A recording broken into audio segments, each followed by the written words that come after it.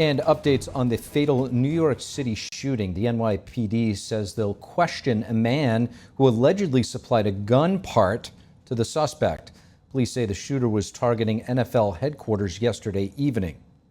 The perp in this case, Shane Tamora, is a Las Vegas resident who most recently worked an overnight security job at the Horseshoe Las Vegas.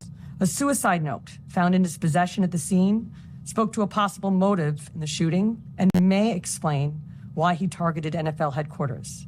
In that note, Mr. Tamora claimed to be suffering from CTE, possibly from playing high school football, and he blamed the NFL. CTE is a chronic traumatic condition believed to be linked to repeated head injuries. The NYPD says the suicide note said, quote, "Study my brain, I'm sorry."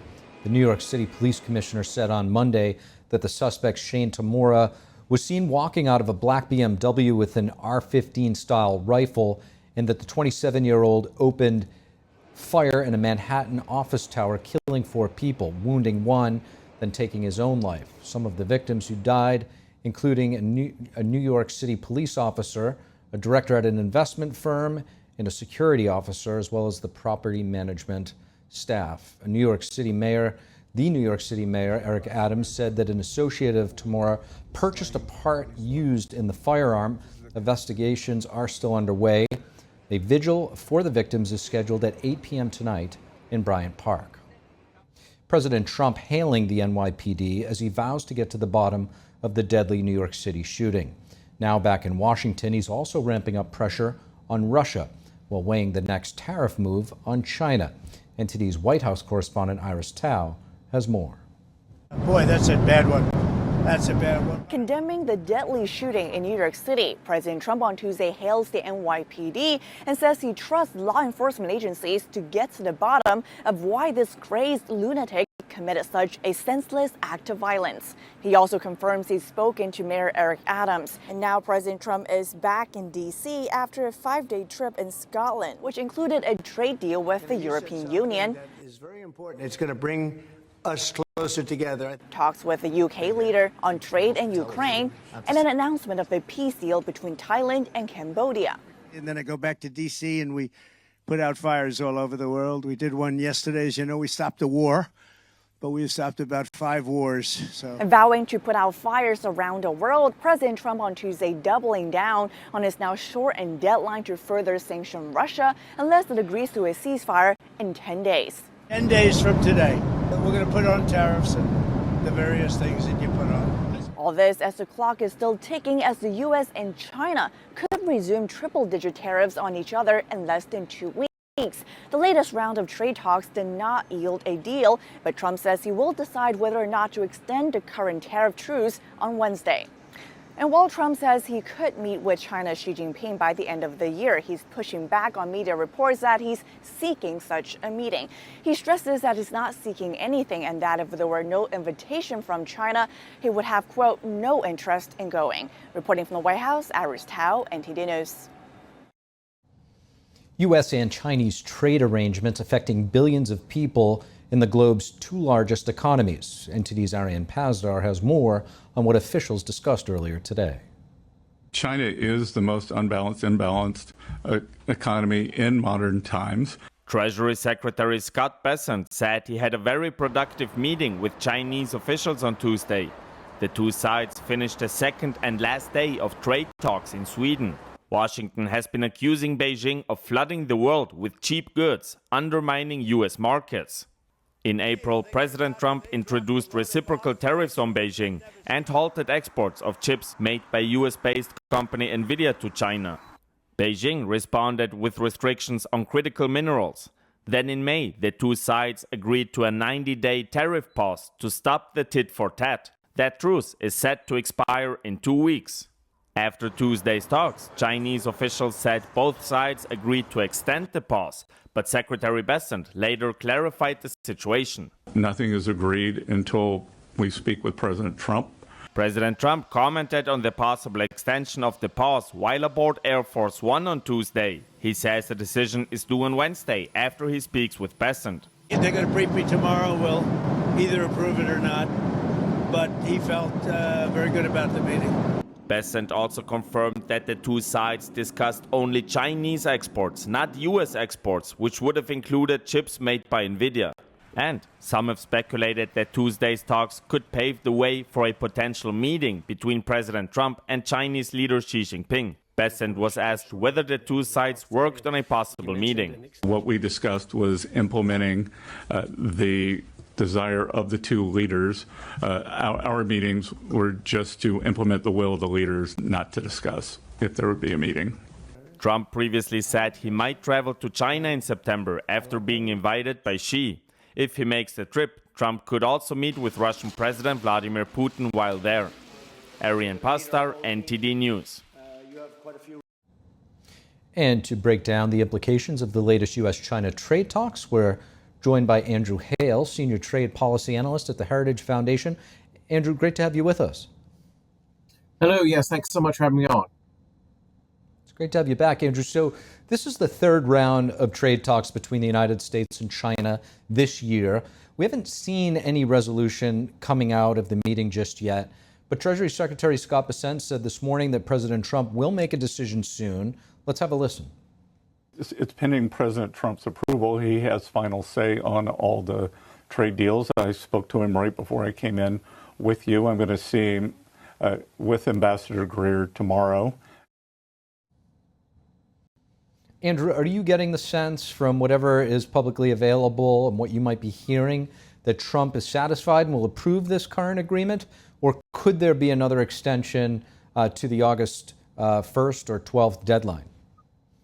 Well, that's what was indicated today by both Jameson Greer and Scott Bessent. And of course, the final decision, of course, they said will be by President Trump tomorrow.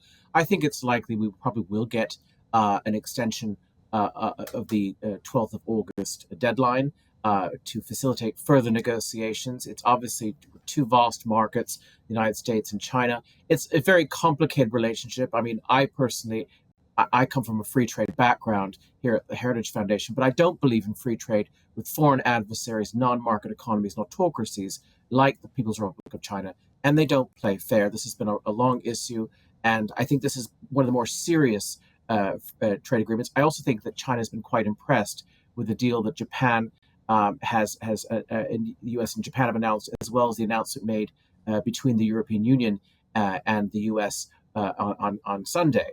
So again, they're obviously looking at critical minerals, but there have also been some negative effects. If I can finish with this, just at the U.S. economy, our soybean farmers, most of the tariffs, as you know, are being held in abeyance. They're pulled. But because of the retaliatory tariffs from China, the minimal ones we have in place right now, our soybean farmers are now, many of them, selling their soybeans below production cost. And they're already asking for a bailout. They're saying they'll need a bailout by the autumn. So again, this is actually very, very serious. They need to get a deal soon as possible to relieve some of the pressure off of our own industries here in the United States. Now, Andrew, from a geopolitical and domestic standpoint, in both countries, but particularly China, can the CCP afford to strike a deal that risks the perception of capitulation? We're seeing President Trump walking away from Japan in the EU with deals that are in the serious favor of the United States. How complicated is it for both sides to walk away saving face? And is there a realistic path to a deal where both can claim victory without actually compromising core interests? I think they can, how they message this to their own domestic audiences. Remember, these are not exactly comprehensive free trade agreements, which would be treaties that would require ratification from the U.S. Congress. What was announced on Sunday by Ursula von der Leyen and President Trump, was not exactly. We haven't even seen a framework document. We haven't seen a framework document from the Chinese negotiations. We've not seen a framework document from the EU negotiations. So again, we haven't seen the actual documentation and what will eventually be signed. So we've had little documentation and detail from all of these negotiations. So, and as Howard Lipnick said today, even with the EU, these negotiations are ongoing. So again, I think it really depends on how they package it. If you look at what we have right now with the EU is we have a framework. They've announced a framework for future trade negotiations, and they've aligned certain things that they've at least verbally have said that they're in agreement on. Obviously, we haven't seen the documentation, a framework document. So I think if the Chinese want to adapt message and tone as appropriate to their domestic audience and say that this is not a full-blown, comprehensive free trade agreement. It is a tariff agreement over a few sectors, a few products. They can say that. I think it really depends on how both sides will present it to their constituencies. Earlier, you touched on China being an authoritarian regime. China's long been accused of trade violations, including IP theft, currency manipulation, the use of forced labor in its supply chain. We've seen various legislation passed targeting that in the United States. With that said, do you think the Chinese Communist Party will concede to pressure from the Trump administration this time around? Well, President Trump certainly has shown, unlike the Biden administration, to be really hard-hitting, and he's willing to weaponize tariffs as a tool of statecraft to achieve, matters that even go well beyond trade policy. And at the end of the day, that we're two vast economies, and I think that the way that to look at this in another way is we obviously want to, not push our allies and friends into the arms of China as well, and that's a concern I've had with sort of the approach of tariffing every country in the world at the same time. So I think that's something to be, if you look at sort of globally and how they're approaching it, and obviously the Chinese deal has a separate deadline compared to some other places. It's clearly the more complicated one. But to answer your question, no, they do lie. They can't be trusted. You can't have. We've been treating them at the WTO as if they're a market economy. They're not. They're an autocracy, and we never should have allowed them into the WTO. They game the system, the global trading system. They self-identify at the WTO as a developing country. So again, I find that they do play unfair. As you mentioned, they have Uyghur forced labor in their supply chains. I mean, Shein, the disposable clothing company, they have Uyghur forced labor in their supply chains. It's a serious problem. That's not just an unfair practice. It goes well beyond trade policy. That's an inhumane practice. It's horrific. So again, I think that it was a mistake to treat them as a market economy, which they're not, and to it was a mistake to allow them to WTO, and now we're in the mess that we are trying to decouple and de-risk from them. Andrew Hale, really appreciate your insights. Thank you. The Environmental Protection Agency may rescind a 2009 finding that linked climate change to public health risks. Finding is the basis for multiple regulations on greenhouse gas emissions from vehicles, power plants, and other sources. A statement released by the EPA says if the proposal is finalized, it will reinstate consumer choice, making it easier to purchase safe and affordable cars. Now, EPA Administrator Lee Zeldin called the proposed rollback one of the largest deregulatory actions in the history of the U.S. Some climate science activists say global temperatures have continued to rise and could potentially reach a threshold that would be nearly impossible to reverse. But the EPA says its proposal cites updated scientific data that challenges certain assumptions on climate change.